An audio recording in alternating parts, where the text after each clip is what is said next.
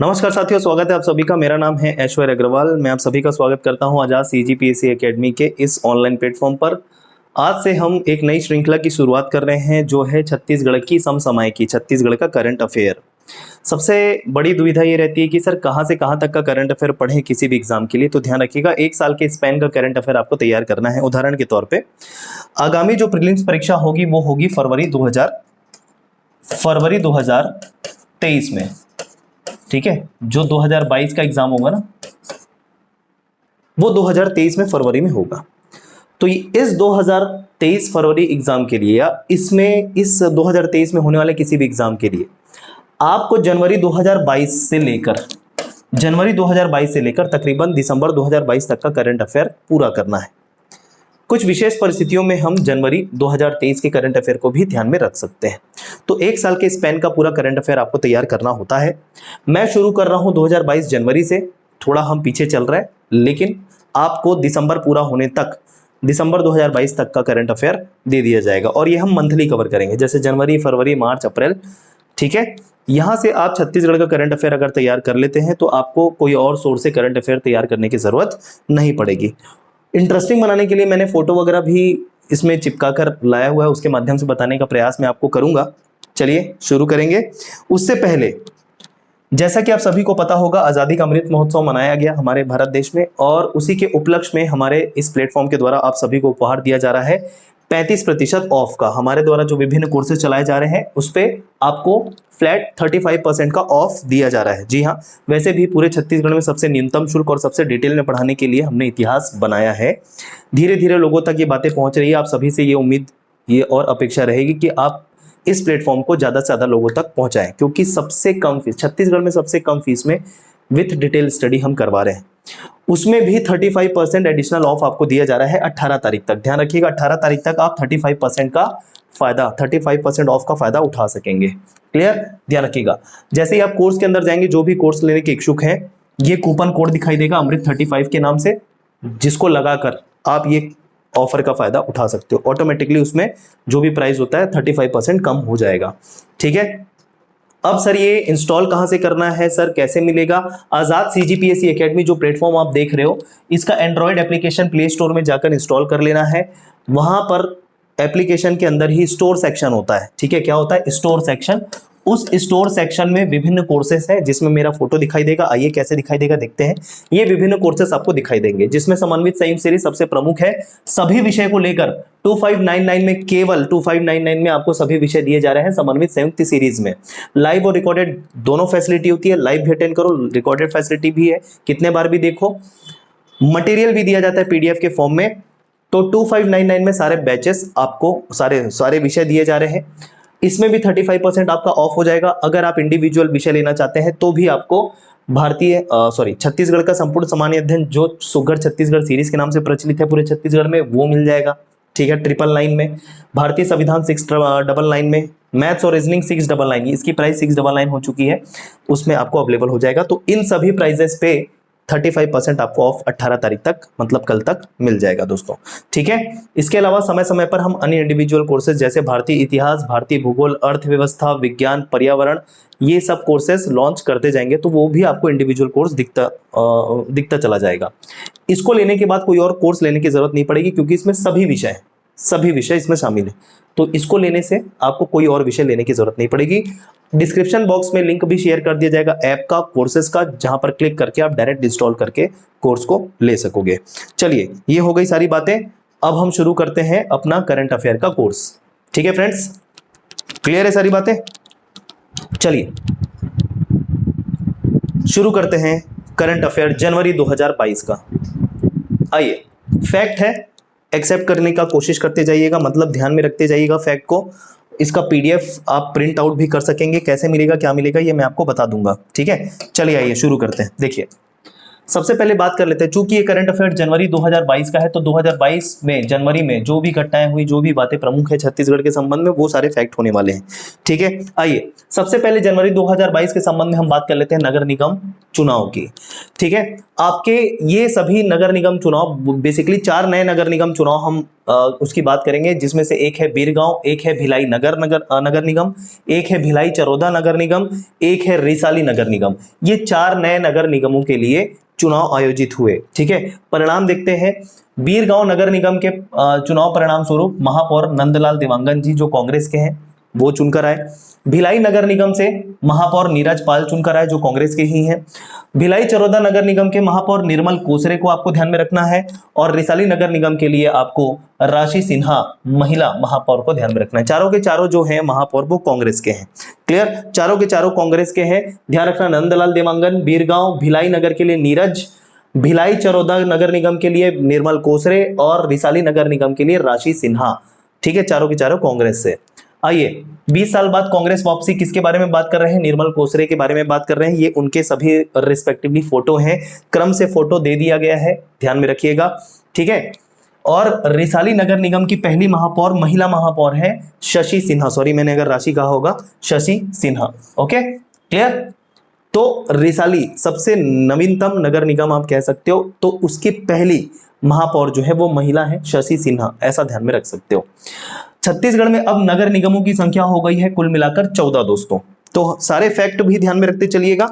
Okay, नगर निगमों की संख्या हो चुकी है छत्तीसगढ़ में 14। ठीक, जैसे कि मैंने कहा नवीनतम नगर निगम जो है रिसाली है। 27 दिसंबर 2019 को इसका निर्माण हुआ था, और उसके लिए चुनाव के रिजल्ट के तौर पे महापौर आपको शशि सिन्हा ध्यान में रखना है। ओके, चलिए आगे बढ़ते हैं। महिला महापौर कुल कितने हैं? जैसे 14 नगर निगम देख रहे हो आप, उसमें से कितने जो महापौर हैं 14 में से, उसमें कितनी महिलाएं हैं?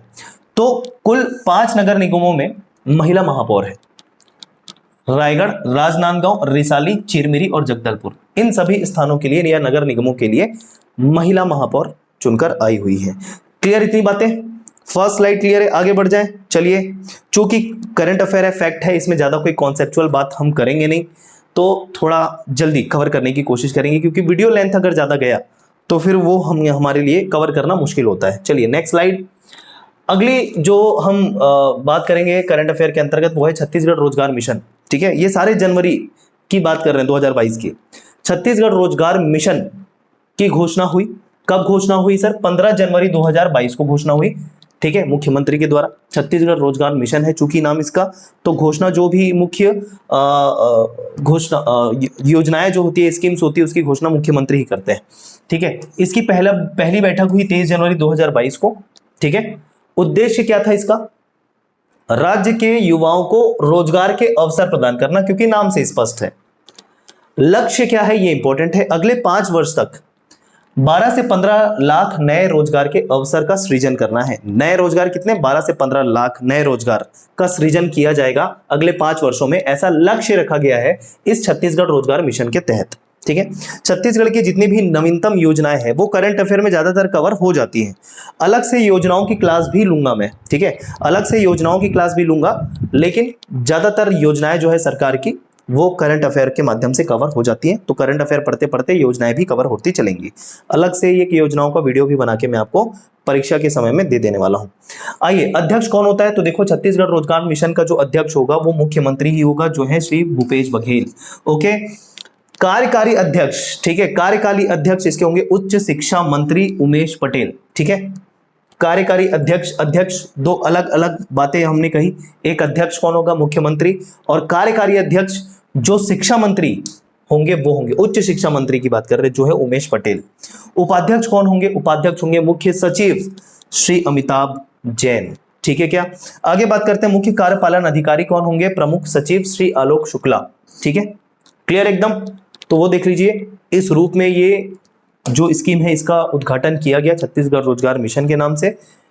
क्लियर एकदम? दिनांक भी दी है 23 जनवरी 2022। देखो, घोषणा और गठन दो अलग अलग बातें होती है कि घोषणा कब होगी और इंप्लीमेंट या लागू कब करवाया जाएगा।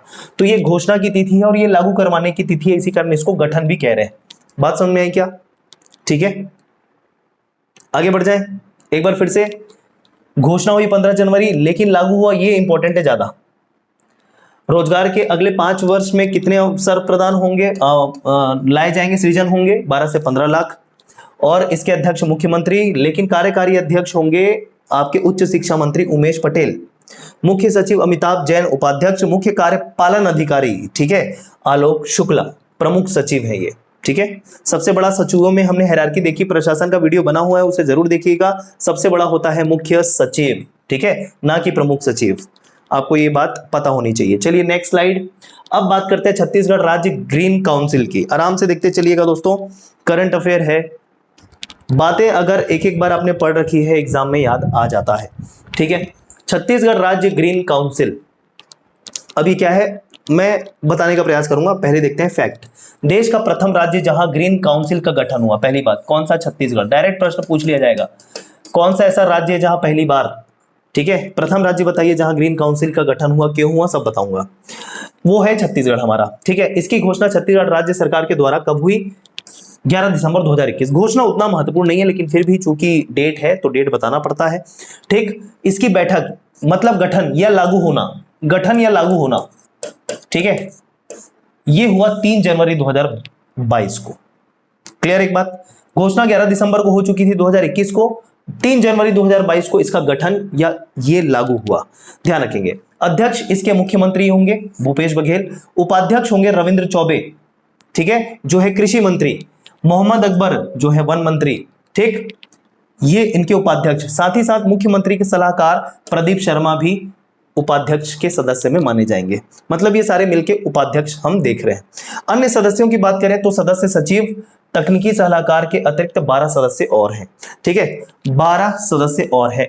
ठीक है, क्या सदस्य सचिव, तकनीकी सलाहकार के अतिरिक्त 12 सदस्य और, तो कुल मिलाकर कितने सदस्य होंगे ये इतना महत्वपूर्ण नहीं है, आप ध्यान रखना। इसके अध्यक्ष जो होंगे मुख्यमंत्री होंगे, उपाध्यक्ष के तौर पर रविंद्र चौबे, मोहम्मद अकबर, प्रदीप शर्मा, 3 नाम क्लियर।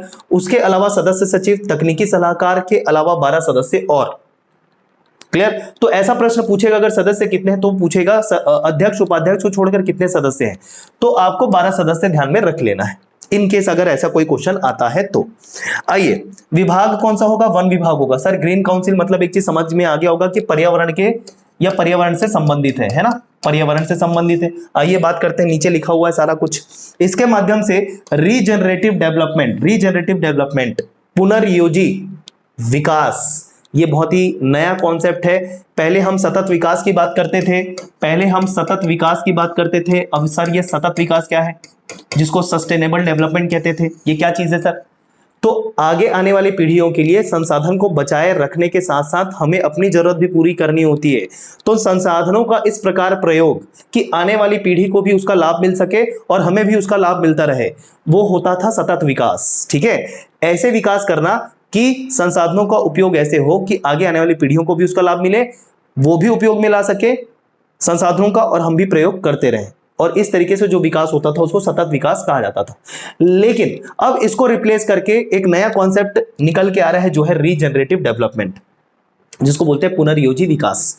मतलब ऐसे विकास की अवधारणा की बात हमको करनी है जिसमें समाज या फिर पर्यावरण के बीच में संबंध स्थापित हो सके पर्यावरण को ध्यान में रखते हुए। तो पर्यावरण को संरक्षित संवर्धित करते हुए विकास की ओर अग्रसर होना, ऐसा आप समझ लीजिए एक सिंपल लैंग्वेज में रीजनरेटिव डेवलपमेंट। ठीक है, वही लिखा है। सस्टेनेबल डेवलपमेंट मतलब सतत विकास से अधिक प्रगतिशील अवधारणा है, मतलब विकास तो होगा ही होगा लेकिन पर्यावरण को भी दोस्तों ध्यान में रखना है। ठीक है, तो उसी को लेकर जो काउंसिल बनी, बात सुन लें, विकास को लेके पर्यावरण को ध्यान में रखते हुए जो काउंसिल या परिषद का निर्माण हुआ उसको कहा गया ग्रीन काउंसिल। ठीक है, क्या इन्हीं सब उद्देश्यों को ध्यान में रख के इस काउंसिल का गठन हुआ, तो बोला गया ग्रीन काउंसिल पर्यावरण के संरक्षण से संबंधित है, विकास भी जरूरी है, तो इसी कारण रीजनरेटिव डेवलपमेंट बोला जा रहा है। और उसके संबंध में जो अर्थव्यवस्था होगी उसको बोला जाएगा ग्रीन इकोनॉमी, तो ग्रीन इकोनॉमी को भी बढ़ावा दिया जाएगा। ठीक है, क्या एक और फैक्ट इससे निकल के आता है, छत्तीसगढ़ सिक्किम के बाद, ठीक है, देश का दूसरा जैविक राज्य बनने की ओर अग्रसर हो गया। इस स्टेप से छत्तीसगढ़ जो है सिक्किम की तर्ज पर देश का दूसरा जैविक राज्य बनने की ओर अग्रसर हो गया है। सिक्किम जो है वो देश का पहला जैविक राज्य, बायोलॉजिकल स्टेट माना जाता है, क्योंकि जैविक पद्धति, कृषि पद्धति, जैविक प्रथाओं को उसने अडॉप्ट किया है। ठीक है, जो फायदेमंद होता है काफी। तो उसी तरह छत्तीसगढ़ भी अब उस रास्ते की ओर अग्रसर है। क्लियर एकदम। तो ये स्लाइड क्लियर होगा। छत्तीसगढ़ जो ग्रीन काउंसिल है उसके संबंध में बातें, क्या होता है रीजनरेटिव, क्या होता है सतत विकास, इसको आप आसानी से इस पे दो नंबर के मतलब 3-3 लाइन इस पे आप नोट्स भी लिख सकते हो। मेंस में कभी पूछ लिया जाए तो ये सारे आपके क्लियर होने चाहिए कॉन्सेप्ट। इसके लिए जरूर आपको मेंस आंसर राइटिंग करनी चाहिए। चलिए आगे बढ़ते हैं। अगला, छत्तीसगढ़ का पहला सीवरेज ट्रीटमेंट प्लांट। ठीक है, अब ये सीवरेज ट्रीटमेंट प्लांट क्या है एक बार और समझ लेते हैं दोस्तों। सीवेज मतलब क्या होता है? सीवेज वाटर आपने सुना होगा, मतलब ऐसा गंदा पानी जो मानव उपयोग या कारखाने के उपयोग के बाद बहा दिया जाता है। तो इसको ट्रीटमेंट करना क्यों जरूरी है? देखो, अगर ट्रीटमेंट नहीं करेंगे तो इसमें बहुत सारे हानिकारक बैक्टीरिया होते हैं जो पानी में घुलकर जलीय जंतुओं को नुकसान पहुंचाते हैं और इसकी वजह से जलीय जंतुओं की मृत्यु भी हो जाती है और उसमें वो सड़ने लगते हैं, मतलब पानी और गंदा होने लगता है। तो हमेशा कारखानों से निकले हुए जो पानी होते, गंदे पानी, जिसको सीवेज कहा जाता है, ऐसा नहीं है कि केवल कारखानों से निकले गंदे पानी को सीवेज कहा जाएगा। मानव उपयोग के बाद जो पानी गंदा रहता है उसे भी सीवेज कहते हैं। जैसे टॉयलेट के बाद जो पानी होता है वो भी सीवेज कहलाएगा। हमारे नहाने धोने से, बर्तन मांजने से, कपड़ा धोने से जो पानी, गंदा पानी निकलता है उसको भी सीवेज वाटर कहा जाता है। तो ये सारे सीवेज वाटर को ट्रीट करना जरूरी है, क्योंकि ये जाके किसी अन्य जल स्रोत में मिलेंगे तो ये वहां के जलीय जंतुओं को या पर्यावरण को नुकसान पहुंचाएंगे। तो उसको ट्रीट करना मतलब कम हानिकारक बनाना जरूरी है। ऐसा नहीं है कि इन पानी को ट्रीट करके हम उपयोग फिर से ला सकते हैं पीने के लिए उपयोग में नहीं लाएंगे, लेकिन इसको कम हानिकारक बनाएंगे। ऐसे बैक्टीरिया को इसमें से खत्म करेंगे जो ज्यादा नुकसानदायक है पर्यावरण के लिए, जलीय जंतुओं के लिए। ठीक है, तो ऐसे ट्रीटमेंट प्लांट का होना हर जगह बहुत ज्यादा जरूरी है। ठीक है, तो उसी उद्देश्य को ध्यान में रखते हुए छत्तीसगढ़ का पहला सीवरेज ट्रीटमेंट प्लांट स्थापित किया गया। कहां पर, कैसे, कब, आइए देखते हैं जानकारी। 25 जनवरी 2022 को मुख्यमंत्री के द्वारा छत्तीसगढ़ के सबसे पहले सीवरेज प्लांट, और छत्तीसगढ़ में ऐसा कोई प्लांट अभी तक नहीं था। वाटर ट्रीटमेंट प्लांट है अनेक जगहों पर, मतलब पीने के लिए उपयोग में लाए जाने वाले पानी को ट्रीटमेंट किया जाता है, शुद्ध बनाया जाता है। लेकिन ऐसे पानी जो कारखाने से या फिर टॉयलेट से या फिर मानव उपयोग के बाद जो गंदा पानी निकल रहा है, जो कहीं और जाके मिल रहा है, वो ट्रीटमेंट नहीं किया जाता था अभी तक छत्तीसगढ़ में, अब किया जाएगा। तो पहला सीवरेज ट्रीटमेंट प्लांट 25 जनवरी 2022 को मुख्यमंत्री के द्वारा लोकार्पण इसका किया गया। ठीक है, इसका लोकार्पण किया गया। सर सीवेज आपने बोला, लेकिन यहां लिखा है सीवरेज, तो सीवेज और सीवरेज में क्या अंतर है ना, ये भी आपके दिमाग में आएगा। तो देखिए, सीवेज मतलब वो जो गंदा पानी जिसको मैं कह रहा हूं अनट्रीटेड वाटर या पॉल्यूटेड वाटर जो यूज के बाद बहा दिया जाता है, उसको सीवेज वाटर कहेंगे। सीवरेज मतलब ऐसा सिस्टम जिसमें पूरा पाइप पंप के माध्यम से इसको प्लांट तक पहुंचाया जा रहा है विथ इंक्लूडिंग प्लांट, उसको सीवरेज सिस्टम बोलेंगे। ठीक है, सेटअप जो होगा ट्रीट करने के लिए सीवेज वाटर को सीवरेज सिस्टम कहलाएगा, वाटर जो है वो सीवेज वाटर कहलाएगा। एकदम क्लियर? ठीक है, आइए देखते हैं। आधारशिला कब रखी गई थी इसकी? अगस्त 2019 में रखी गई थी, लेकिन लोकार्पण हो पाया बहुत बाद में 25 जनवरी 2022 को। क्लियर एकदम? कहां किया गया? बालीकोंटा नाम का जगह है जगदलपुर में, बस्तर जिला, वहां पर इसको स्थापित किया गया है, इसका लोकार्पण किया गया है। इसकी क्षमता होगी 25 MLD। MLD का फुल फॉर्म है mega litre per day. Mega litre, ये डी से डे है, बीच में पर भी आएगा, पर डे। तो पर के लिए पी नहीं लिखा गया, सीधा MLD करके ध्यान रखना है। 25 मेगा लीटर प्रतिदिन, पर डे। ठीक है, या फिर इसको 250 लाख लीटर प्रतिदिन भी कह सकते हो। 1 लाख में 5 शून्य, मेगा में 6 शून्य। ठीक है, तो 6 शून्य नहीं लगा के 5 शून्य लगाएंगे तो 1 शून्य दे दिया, 25 को 250 हो गया वो लाख लीटर। ठीक है, और 25 से 1 शून्य वापस लाख को दे देंगे तो वो हो जाएगा मेगा। तो आप या तो 25 मेगा लीटर बोल लो या फिर 250 लाख लीटर बोल लो, एक ही मतलब है। क्लियर एकदम? लागत इसकी आई 54 करोड़ रुपए। और ये किस योजना के अंतर्गत स्थापित किया गया? तो ध्यान रखिएगा, छत्तीसगढ़ में एक और योजना जो संचालित होती है, अमृत मिशन योजना, उसके तहत ये स्थापित या लोकार्पित किया गया है। 10 किलोमीटर लंबे पाइपलाइन के माध्यम से पानी को बालीकोंटा में पहुंचाया जाएगा, जहां 3 चरणों में पानी का शुद्धिकरण करने के पश्चात देखो इंद्रावती नदी में छोड़ा जाएगा। बात क्लियर हुआ? अगर डायरेक्ट ऐसे हानिकारक पानी को इंद्रावती नदी में छोड़ते हैं तो कितना नुकसान होता है इंद्रावती नदी को। ठीक है, बहुत सारे लोग पानी पीते हैं इससे। ठीक है ना, जीवनदायिनी होती है ना नदियां, तो उसको ऐसे नुकसान तो पहुंचा नहीं सकते। तो इस वजह से ये स्थापित किया गया। अब देखो 10 किलोमीटर लंबे पाइपलाइन के माध्यम से पंप लगाया गया होगा, ये लगाया गया, उसको सीवरेज सिस्टम कहते हैं। आई होप ये आपको अच्छे से क्लियर हो गया होगा। जहां पर कॉन्सेप्ट की जरूरत पड़ेगी मैं एक्सप्लेन करूंगा, जहां पर जरूरत नहीं है उसको हम डायरेक्ट फैक्ट के तौर पे पढ़ के आगे बढ़ेंगे। ठीक है, तो फोटो वगैरह भी लगा रखा है, देख लो अच्छे से। चलिए नेक्स्ट, विकास का द्वार पोसेराम पुल, एक पुल बनाया गया, पुल का निर्माण हुआ है जिसे पोसेराम पुल कहा जा रहा है। क्यों कहा जा रहा है, आइए उसके पीछे जानकारी देखते हैं। सबसे पहले 25 जनवरी 2022, देखिए 25 जनवरी को बहुत सारी चीजें हो रही है। 25 जनवरी को ये भी हुआ, ठीक है, इसके पहले भी जनवरी का महीना आप देख चुके हो। 23 जनवरी आपका ये रोजगार मिशन को लागू करवाया गया, ठीक है। तो 25 जनवरी 23 जनवरी यही डेट मेन अभी चल रहा है। तो आइए एक डेट फिर से 25 जनवरी आ चुका है, छिंदनार दंतेवाड़ा में, दंतेवाड़ा जिला, क्षेत्र का नाम छिंदनार, ठीक है। यहां पर यह पुल का निर्माण हुआ, लोकार्पण किया गया मुख्यमंत्री के द्वारा, और इसकी लंबाई है 712 मीटर, किलोमीटर नहीं मीटर, ध्यान रखिएगा 712 मीटर। यह पुल इंद्रावती नदी पे बना है। सारी इंपॉर्टेंट बातें जिसको मैं हाईलाइट कर रहा हूं ध्यान रखते चलिएगा। अगर नोट्स बनाने हैं नोट्स भी बना सकते हो, एकदम छोटा छोटा पॉइंट्स लिख के, ना कि पूरा ये पीडीएफ छाप दिया। ये आपको ऑलरेडी मिल जाएगा, जिसको प्रिंट करके भी आप पढ़ सकते हो, चाहो तो इकट्ठे कर लो, जनवरी फरवरी मार्च ये मैं पूरा देने वाला हूं अच्छे से, ठीक है। पुल का नाम गांव के दिवंगत सरपंच के नाम पर रखा गया है, जो थे स्वर्गीय श्री पोसेराम कश्यप, ठीक है। इस पुल के निर्माण में इन्होंने अपना बलिदान दे दिया, ऐसा मतलब कहा जा रहा है। तो ये पूर्व सरपंच थे वहां के, तो इनके नाम पर ही वो पुल का नाम दिया गया, पोसेराम कश्यप के नाम पे, तो नाम दिया गया इस पुल का पोसेराम पुल, ठीक है क्या, क्लियर। चलिए, यह पुल दंतेवाड़ा, बीजापुर, नारायणपुर, बस्तर जिले को अबूझमाड़ से जोड़ेगा। किससे जोड़ेगा, अबूझमाड़ क्षेत्र से जोड़ेगा। इसी कारण इसको क्या बोल रहे हैं, विकास का द्वार भी बोल रहे हैं, ठीक है। चूंकि देखो रास्ते बनते हैं, पुल बनते हैं, ब्रिजेस बनते हैं, ये सब विकास लेकर आते हैं अपने साथ, है ना।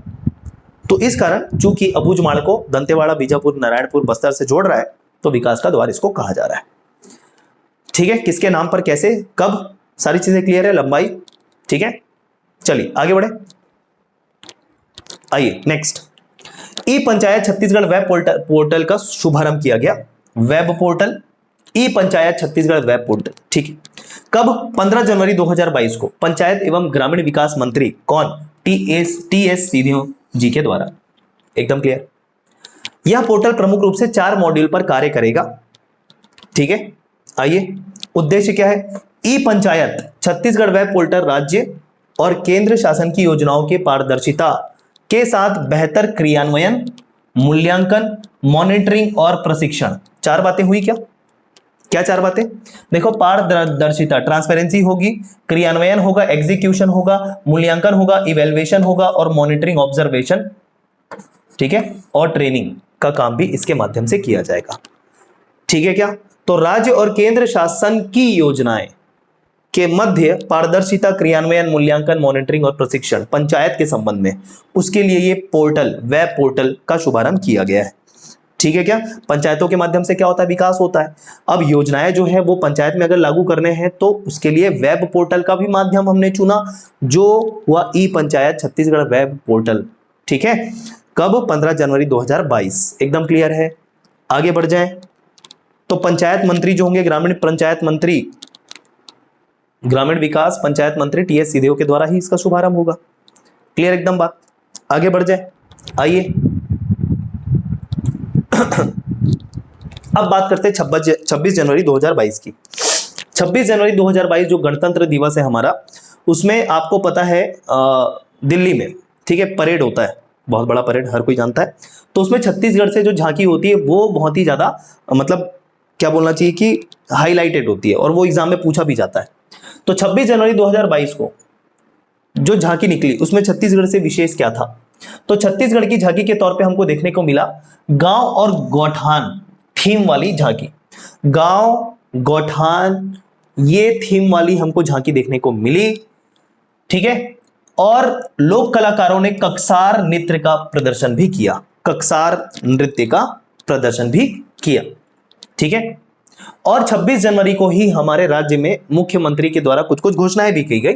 आइए देखते हैं, मुख्यमंत्री नोनी सशक्तिकरण सहायता योजना, ये ध्यान रखिएगा, ये जो नीचे फोटो दिख रहा है ये 26 जनवरी को होने वाली घोषणा है। देखो दो अलग अलग चीजें, एक 26 जनवरी जो दिल्ली में झांकी निकली, उस झांकी का थीम क्या था, थीम, तो ये थीम मैंने बताया आपका गांव गौठान का थीम था, कक्षा नृत्य प्रस्तुत किया गया, ये हो गया अलग। अब राज्य में 26 जनवरी को मुख्यमंत्री कुछ घोषणाएं कर रहे हैं, उस घोषणाओं के बारे में देखते हैं। पहली घोषणा है मुख्यमंत्री नोनी सशक्तिकरण योजना की शुरुआत। नोनी किसको बोलते हैं, ठीक है, बेटी को नोनी बोल दिया जाता है छत्तीसगढ़ी में, ये आपको पता होगा अच्छे से।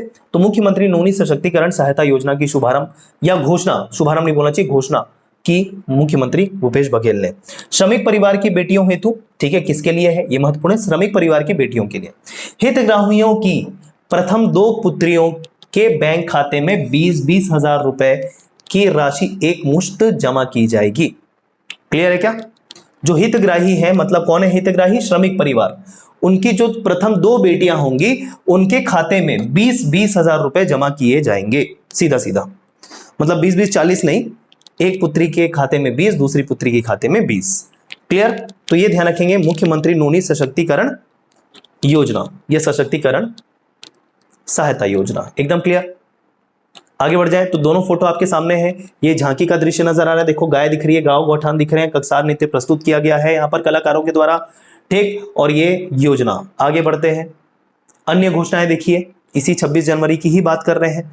न्यूनतम समर्थन मूल्य की बात की गई, किसको न्यूनतम समर्थन मूल्य में लेने की बात की गई, तो आइए, दलहन फसलों की खरीदी न्यूनतम समर्थन मूल्य मतलब मिनिमम सपोर्ट प्राइस में लेने की बात की गई 2022-23 के लिए, ठीक है, खरीफ वर्ष 2022-23 के लिए अब दलहन फसलों को भी न्यूनतम समर्थन मूल्य पर सरकार के द्वारा खरीदा जाएगा। क्लियर एकदम, इसकी भी घोषणा की सरकार ने। तीसरी घोषणा देखते हैं, अंशदायी पेंशन योजना के बारे में, शासकीय कर्मचारियों के लिए है ये योजना। अंशदायी पेंशन योजना क्या है, अंशदायी पेंशन योजना के अंतर्गत राज्य सरकार का अंशदान 10% से बढ़ाकर 14% किया जाएगा। पहले जो था पेंशन में सरकार का जो अंशदान था राज्य सरकार का वो 10% हुआ करता था, अब वो 14% होगा। जैसा कि आपको पता है सरकारी कर्मचारी के लिए जो पेंशन कटते हैं सैलरी से, उसमें उस एम्प्लॉय का भी कंट्रीब्यूशन होता है और सरकार का भी कंट्रीब्यूशन होता है, ठीक है, क्लियर। तो जो सरकार की तरफ से, राज्य सरकार की तरफ से जो अंशदान होगा वो 10% का होगा, पहले मतलब पहले 10% का हुआ करता था, अब जो है वो 14% का होगा, एकदम क्लियर। आगे बढ़ जाए, अगला जो घोषणा था, शहीद गुंडाधुर तीरंदाजी अकादमी आरंभ की जाएगी, ठीक है, शहीद गुंडाधुर के नाम से आपको पुरस्कार दिया जाता था राज्य अलंकरण, अब शहीद गुंडाधुर तीरंदाजी अकेडमी भी खोली जा रही है। कहां पर, जगदलपुर बस्तर में, जगदलपुर बस्तर में। ये फोटो दिख रहा है आपको, ठीक है, गुंडाधुर जी का हाथ में तीर धनुष लिए हुए, तो इनके नाम से एकेडमी भी खोली जा रही है जगदलपुर में। आगे बढ़ सकते हैं दोस्तों, चलिए आइए बात करते हैं। वीडियो की लेंथ ज्यादा ना बढ़े, इस बात को ध्यान में रखते हुए थोड़ा हमको स्पीड चलना पड़ेगा। हाथवाड़ा गुफा शैल चित्र, एक नए गुफा में शैल चित्र हमको प्राप्त हुआ है। ये देखिए जो फोटो आप देख पा रहे हो इस तरीके से, इसमें क्या दिखाई दे रहा है आपको, हाथ के चित्र दिखाई दे रहे हैं। कहां मिला ये, लेमरू वन क्षेत्र में जो है कोरबा में, ठीक है। तो एडिशनल फैक्ट भी मिलता जाता है हमको करंट अफेयर से। तो पहले तो मिल गया कि लेमरू वन क्षेत्र कहां, कौन से जिले के अंतर्गत विस्तृत है, कोरबा जिला, ठीक है। 3 से 4 हजार वर्ष पुराना कहा जा रहा है, और इसमें जो लिपि मिली है वो ब्राह्मी लिपि मिली है, आदि ब्राह्मी लिपि उसको कहा जा रहा है, और इसमें आदि मानव के रचित शैल चित्र है, आदि मानव द्वारा रचित शैल चित्र है, ठीक है। लाल और सफेद रंग के हाथ के पंजों के निशान भी मिले हैं, तकरीबन 68 से अधिक शैल चित्र हैं हाथ वाले। हाथ के जो पंजे के चिन्ह दिख रहे हैं वो 68 से अधिक मिले हुए हैं। जो कुछ लिखी हुई बातें मिली, लिपि जो है उसमें ब्राह्मी लिपि, आदि ब्राह्मी लिपि की बात कर रहे हैं, ठीक है। चलिए 3 से 4 हजार वर्ष पुराना माना जा रहा है। खोजकर्ता कौन है, ये बहुत ही इंपॉर्टेंट है, ये प्रश्न डायरेक्ट पूछ ले जाएंगे। खोजकर्ता कौन, हरि सिंह क्षत्रिय, भोजीलाल और भांतीलाल, ये 3 लोगों के नाम आपको ध्यान रखने हैं, इनके द्वारा खोज की गई। क्लियर, हरि सिंह क्षत्रिय, भोजीलाल, भांतीलाल। ये फोटो जो आपको दिख रहा है उन्हीं शैल चित्रों का ही है। क्लियर एकदम, हाथ के चित्र दिख रहे हैं इसमें आपको लाल और सफेद कलर के। जो लाल कलर है वो इसके बैकग्राउंड में मतलब सतही सरकमफ्रेंस में दिख रहा है, बाहरी यहां पर ऐसा दिख रहा है आपको, और पंजे जो है वो सफेद कलर के, ठीक है। चलिए बहुत ही अनोखा अपने आप में।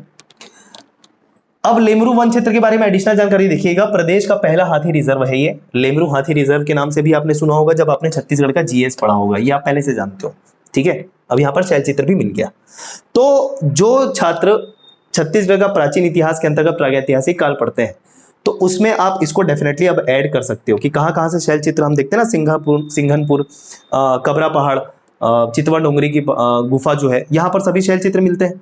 तो इसका नाम भी आप ऐड कर सकते हो आपसे, लेमरू वन क्षेत्र में भी एक शैलचित्र मिला हुआ है। ठीक है, एक शैलचित्र मतलब बहुत सारे शैलचित्र, ये क्षेत्र के तौर पे कह रहा हूं। आगे बात करते हैं, त्रिमुखी सूर्य प्रतिमा मिली हमको, ये दिख रहा है त्रिमुखी सूर्य प्रतिमा। ये बोला जा रहा है कि सूर्य भगवान है ये, और त्रिमुखी मतलब 3 इनके फेस है। आइए देखते हैं कहां पर, ये बारसूर में प्राप्त हुआ है, दंतेवाड़ा, ये आपको भली भांति पता है। 7 घोड़ों के रथ पर सवार त्रिमुखी सूर्य की प्रतिमा। ठीक है, ये जो सवार है जिन पे ना, ये बोला जा रहा है 7 घोड़े, ये देखो ये नीचे आपको घोड़े दिखाई दे रहे हैं, ये कुल मिलाकर 7 घोड़े हैं। ठीक है, तो 7 घोड़ों के रथ पर सवार त्रिमुखी सूर्य भगवान की प्रतिमा प्राप्त हुई है बारसूर में।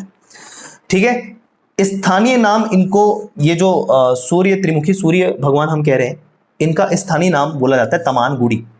ठीक है, तमानगुड़ी जो एक भगवान है, तो इनको तमानगुड़ी कहा जा रहा है यहाँ स्थानीय नाम के तौर पे।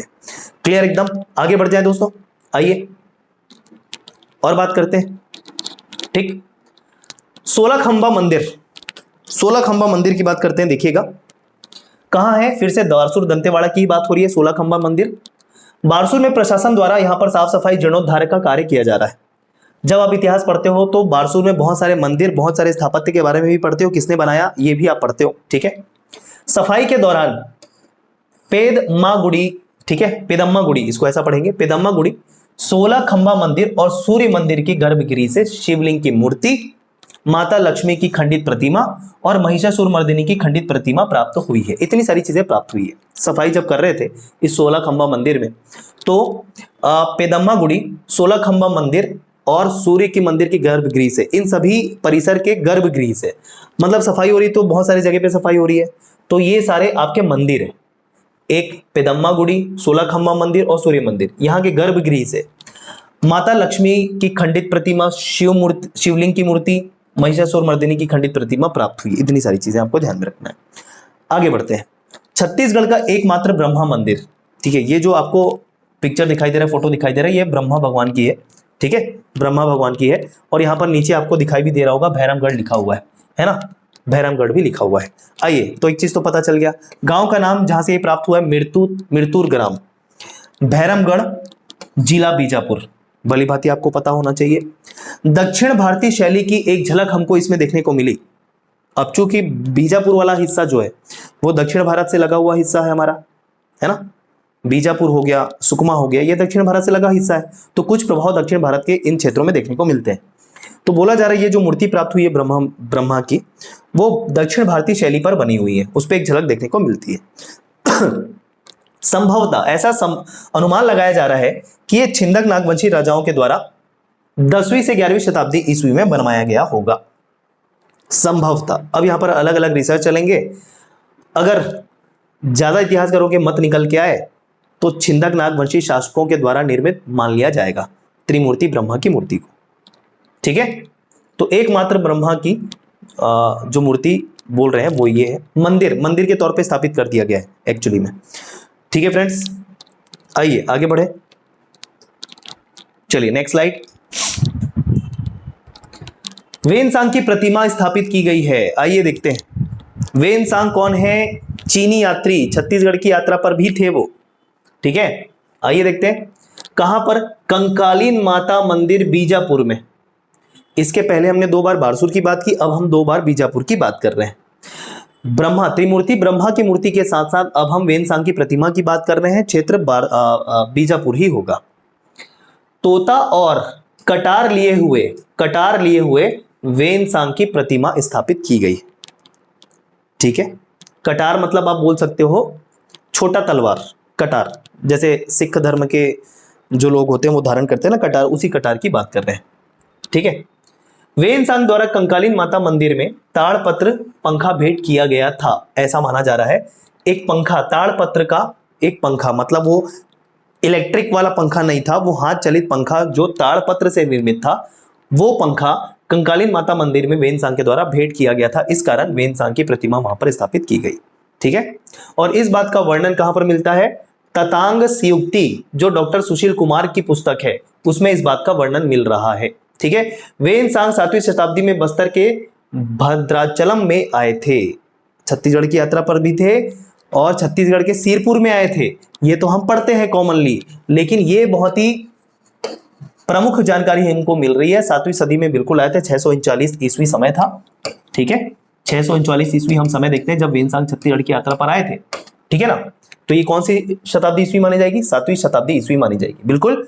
तो बस्तर के भद्राचलम क्षेत्र में भी वो आए थे। क्लियर एकदम। तो वेनसांग की प्रतिमा के संबंध में बीजापुर ध्यान रख लेना। आगे बढ़ जाए, आइए। प्रदेश की पहली 4 लेन सुरंग कहां पर भाई? 4 लेन रास्ते के बारे में तो सुना था, अब 4 लेन सुरंग भी बनने लग गए, बहुत बढ़िया। आइए देखें, केशकाल पहाड़ी क्षेत्र, गोविंदपुर, कांकेर जिला, छत्तीसगढ़ की पहली 4 लेन सुरंग बनाई जा रही है और सुरंग की जो लंबाई होगी वो होगी 2.5 किलोमीटर, 2.5 किलोमीटर। ठीक है, तो छत्तीसगढ़ की पहली 4 लेन सुरंग से ध्यान रख लेना, एक प्रमुख घाटी केशकाल घाटी, वहीं पर यह सुरंग बनाई जा रही है दोस्तों। आगे बढ़े, चलिए आइए उसके संबंध में बात कर लेते हैं। ये देखो, प्रस्तावित 4 लेन सुरंग, ये गोविंदपुर है, यहां पर आपको केशकाल घाटी नजर आएगी। ये रास्ते के थ्रू बताने का मैंने प्रयास किया है, इमेज के थ्रू। ठीक है, आइए देखते हैं इसके संबंध में जो बातें। परियोजना भारतमाला परियोजना के तहत, ठीक है, और कुछ रास्ते की बात, सॉरी, यहां पर देखो, एक तो सुरंग की बात हमने की, अब सड़क की भी बात कर रहे हैं। आइए, ठीक है, तो भारतमाला परियोजना के अंतर्गत रायपुर के अभनपुर से लेकर विशाखापट्टनम के सब्बावरम तक 6 लेन सड़क का भी निर्माण किया जा रहा है इसके अलावा। ठीक है, अब ये गोविंदपुर से आगे जब केशकाल घाटी पड़ी तो उसमें सुरंग बना रहे 4 लेन, सुरंग जो होगी 4 लेन होगी, लेकिन रास्ता का भी निर्माण, हाईवे का भी निर्माण किया जा रहा है अभनपुर से लेकर पूरा विशाखापट्टनम तक, और ये 6 लेन सड़क होगी, 6 लेन सड़क होगी। ठीक है, और ये जिस परियोजना के तहत हो रही है वो भारतमाला परियोजना के तहत हो रही है। एक्सप्रेसवे इकोनॉमिक कॉरिडोर का नाम इसको दिया जा रहा है, ध्यान में रखिएगा। इसी का हिस्सा ये जो मैंने बताया 2.5 किलोमीटर की जो सुरंग है वो है, होगी। ठीक है, एक्सप्रेसवे कॉरिडोर की लंबाई के तौर पे ये सारी लंबाई दी है, जो जरूरी नहीं है आपको ध्यान में रखना कि इस सड़क के अंतर्गत आने वाली जो एक्सप्रेसवे बन रही है अभनपुर से विशाखापट्टनम, छत्तीसगढ़ में, उड़ीसा में, आंध्र प्रदेश में कुल इसकी लेंथ कितनी कितनी होगी। छत्तीसगढ़ में इसकी लंबाई होगी 124.611 किलोमीटर, जो केवल यही जानना इंपॉर्टेंट है। ठीक है, सल्ला पल्ला के बाद उड़ीसा में प्रवेश, मतलब ये क्षेत्र छत्तीसगढ़ का, उसके बाद उड़ीसा में प्रवेश कर जाएंगे, और उड़ीसा में इसकी लंबाई होगी 240.422 किलोमीटर, और आंध्र प्रदेश में 99.629 किलोमीटर की लंबाई इसकी होगी, और कुल मिलाकर इसकी लंबाई है 464.662 किलोमीटर। ठीक है, तो ये छत्तीसगढ़ में लंबाई कितनी होगी, केवल इसको ध्यान में रख लीजिए। सारे डेटा ध्यान में रख पाना संभव नहीं है, सारे डेटा रटने के पीछे आप बिल्कुल नहीं भागेंगे। ठीक है, कुल लागत मतलब नहीं है, 20,000 करोड़ की आ रही है, फिर भी चूंकि लिखा हुआ था तो बता दिया, जरूरत नहीं है। समय सीमा इसको 2025 तक पूरा करने का लक्ष्य रखा गया है।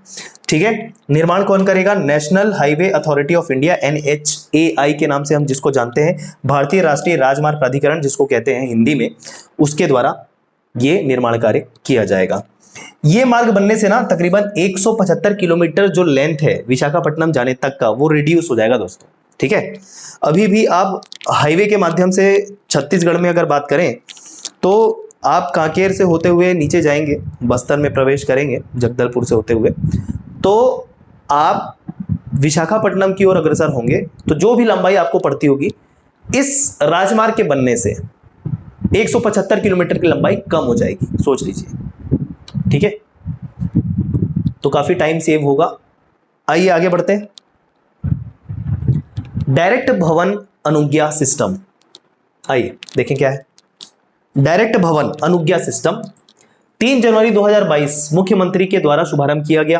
3 जनवरी 2022 को नगरीय निकाय क्षेत्र के बाहर एवं निवेश क्षेत्र के अंतर्गत 500 वर्ग मीटर, जिसको हम लगभग 5000 वर्ग फीट कह सकते हैं, तक के भूखंडों पर तत्काल में ऑनलाइन जारी होगा ये भवन निर्माण अनुज्ञा, मतलब एक तरीके से परमिट कह सकते हो। ठीक है, क्लियर है? 1 सेकंड लगेगा इस समय को, ये कहा जा रहा है। तो ये चूंकि ऑनलाइन जनरेटेड सिस्टम है तो इसको कहा जा रहा है डायरेक्ट भवन अनुज्ञा सिस्टम। 3 जनवरी 2022 को शुभारंभ। नगरीय निकाय क्षेत्र के बाहर, ध्यान रखना, नगरीय निकाय क्षेत्र के बाहर, लेकिन निवेश क्षेत्र होना चाहिए वो 500 वर्ग मीटर, लगभग 5000 वर्ग फीट, जिसको कहते हैं भूखंडों पर तुरंत ऑनलाइन जारी होने वाला ये सर्टिफिकेट होगा भवन निर्माण के संबंध में। ठीक है क्या? क्योंकि बहुत सारे चक्कर काटने होते हैं, ऐसा बिना डाइवर्जन के आप भवन निर्माण नहीं कर सकते हो। रजिस्ट्री तो खैर किसी भी भूमि की जरूरी है ही, लेकिन डाइवर्जन भी जरूरी है जैसा कि आप जानते हो। लेकिन इसके आ जाने से तुरंत आपको एक परमिट मिल जाएगा, वहां पर आप भवन निर्माण कर पाओगे। ठीक है, लेकिन वो नगरीय निकाय क्षेत्र के यदि बाहर आता हो, केवल उस भूखंडों के लिए ये जारी किया गया है। आइए अभिव्यक्ति ऐप के बारे में देखते हैं, ये क्या है। ये फोटो जो दिख रहा है, नारी के सम्मान की बात, अभिव्यक्ति। ठीक है, तो नारी के संबंध में भी होगा कुछ बातें। आइए देखिए, मुख्यमंत्री के द्वारा 1 जनवरी 2022 को लॉन्च किया गया है। ये निर्माण गृह विभाग माना जाएगा और पुलिस मुख्यालय इसके लिए मेन जो बॉडी होगी वो। ठीक है, तो पुलिस विभाग के द्वारा विकसित, गृह विभाग के अंतर्गत ही आता है, चूंकि पुलिस, ये आपको पता होगा। उद्देश्य राज्य में महिलाओं की सुरक्षा सुनिश्चित करने के लिए। ठीक है, SOS आपातकाल संकट में फंसी महिलाओं को तुरंत पुलिस सहायता उपलब्ध कराना इसका उद्देश्य होगा। ठीक है क्या? क्लियर? तो अभिव्यक्ति ऐप ध्यान रखेंगे, महिलाओं के सुरक्षा से संबंधित है, पुलिस विभाग के द्वारा ये लाया गया है, गृह विभाग के अंतर्गत आता है। एक्चुअली में वो पुलिस मुख्यालय द्वारा मतलब विकसित है, ये गृह विभाग के अंतर्गत आता है, ऐसा कहना चाह रहा हूं। लेकिन घोषणा तो मुख्यमंत्री करेंगे हमेशा, है ना। राज्य में महिलाओं की सुरक्षा को ध्यान में रख के ये बनाया गया है। आगे बढ़ते हैं, आइए मोर माटी ऐप।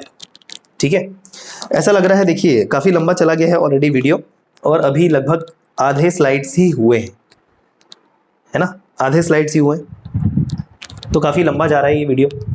चलिए कोई बात नहीं, देखते हैं, कवर करते हैं, अदरवाइज 2 पार्ट में बना के दे देंगे इसको, क्या कहते हो? क्योंकि एक साथ एक्सेप्ट कर पाना फिर दिक्कत होता है एक ही वीडियो में, राइट। तो इसका 2 पार्ट ऐसा बेटर होगा कि 2 पार्ट में इसको कवर करवा के दे दें आपको। ठीक है, चलिए तो मोर माटी ऐप, मोर माटी ऐप की बात करते हैं। 24 दिसंबर 2021 इसका डेट आपको ध्यान रखना है। बलबीर सिंह जुनेजा स्टेडियम रायपुर में मुख्यमंत्री द्वारा इसका विमोचन किया गया, उद्घाटन किया गया। छत्तीसगढ़ की कला और संस्कृति पर आधारित ये ऐप होगा।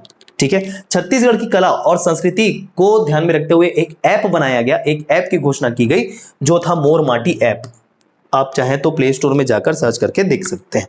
क्लियर एकदम? आगे बढ़ जाएं, चलिए आइए।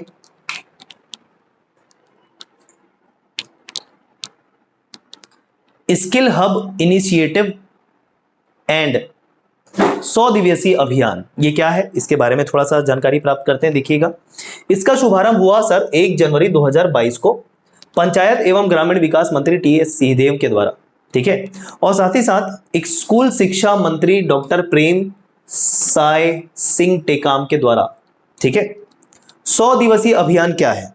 बच्चों के पठन गणितीय कौशल के विकास के लिए, बच्चों की जो पढ़ाई है, गणितीय जो कौशल है, स्किल है, उसको बढ़ावा देने के लिए 100 दिवसीय अभियान चलाया जा रहा है। कार्यक्रम को 3 स्तरों के लिए तैयार किया गया है। पहला स्तर आंगनबाड़ी से 2री कक्षा तक के लिए, दूसरा स्तर कक्षा 3री से 5वीं तक के लिए, और तीसरा स्तर कक्षा 6वीं से 8वीं तक के लिए। मतलब कुल मिला के आपका आंगनबाड़ी स्तर से शुरू होकर आपका कक्षा 8वीं तक के लिए जा रहा है ये। ठीक है क्या? ये कार्यक्रम 14 सप्ताहों में विभाजित किया गया है। प्रत्येक सप्ताह के लिए भाषा और गणित में अलग अलग थीम साझा की जाएगी। ठीक है, हर एक सप्ताह के लिए क्या कार्यशाला होनी चाहिए, कैसे हम वर्क करेंगे, उस पर बात की गई है। तो भाषा और गणित तो कौशल विकसित करने पे है, भाषा संबंधी, गणित संबंधी। ठीक है, तो अलग अलग थीम, अलग अलग तरीके से बच्चों को सिखाने का प्रयास किया जाएगा हर वीक। ठीक है, स्किल हब इनिशिएटिव क्या है? तो ये तो 100 दिवसीय अभियान की बात की।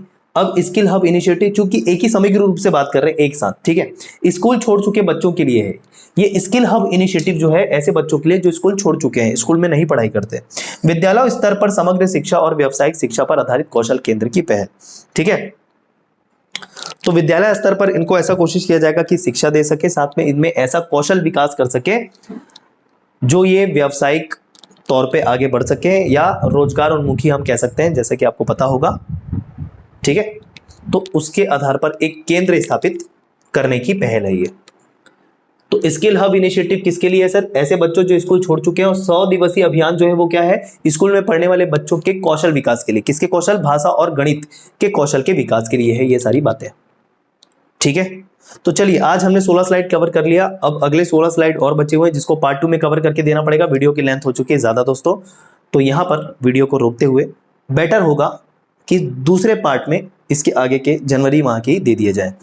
वीडियो डेफिनेटली लेंथ ज्यादा चला गया है, वीडियो लेंथ नहीं बोलना चाहिए, मतलब ये जो स्लाइड है इतने सारे, क्योंकि बातें महत्वपूर्ण जो होगी उसको मैं करंट अफेयर के अंतर्गत कवर करूंगा। इसी कारण मैंने कहा अगर यहाँ से आप कवर करते हो तो आपको अतिरिक्त और कहीं से करने की जरूरत, छत्तीसगढ़ का जो करंट अफेयर है वो जरूरत नहीं पड़ेगी। अब बिल्कुल इसको छोटा किया जा सकता है सर 32 क्यों, अब उसको 20 कर दीजिए, 15 कर दीजिए, कर तो 10 स्लाइड में भी सकते थे। ठीक है, बहुत सारी बातों को स्किप करके, लेकिन मैं नहीं चाहता कि कोई भी चांस आप छोड़ो। ठीक है, तो इसी उद्देश्य से इतने स्लाइड बने, हो सकता है सभी माह के लिए इतने लंबे स्लाइड्स बनेंगे। ठीक है, तो इसको डायरेक्ट आप पढ़ भी सकते हैं, कोई दिक्कत नहीं है। बस एक पार्ट के बदले 2-2 पार्ट में कवर करते चलेंगे, क्या दिक्कत है? कहीं और से छत्तीसगढ़ का करंट अफेयर फिर करने की जरूरत आपको बिल्कुल भी नहीं पड़ेगी। ओवरऑल ये हर एग्जाम में काम आएगा आपको। चलिए फिर मिलते हैं इसके नेक्स्ट पार्ट को लेकर। ये फर्स्ट पार्ट है, नेक्स्ट पार्ट जल्द ही आपको दे दिया जाएगा जनवरी माह का 2022 का। धन्यवाद आप सभी का।